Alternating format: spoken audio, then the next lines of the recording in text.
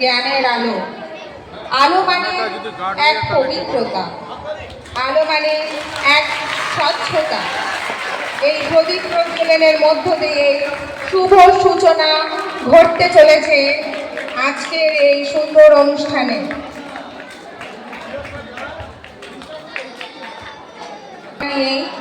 এই প্রদীপ প্রজ্বলন সকলে একটু জোরে করতালি দেওয়া।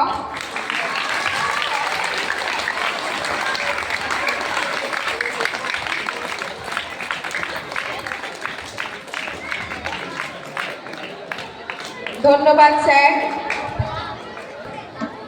এর পরের অনুষ্ঠান আমরা শুরু করব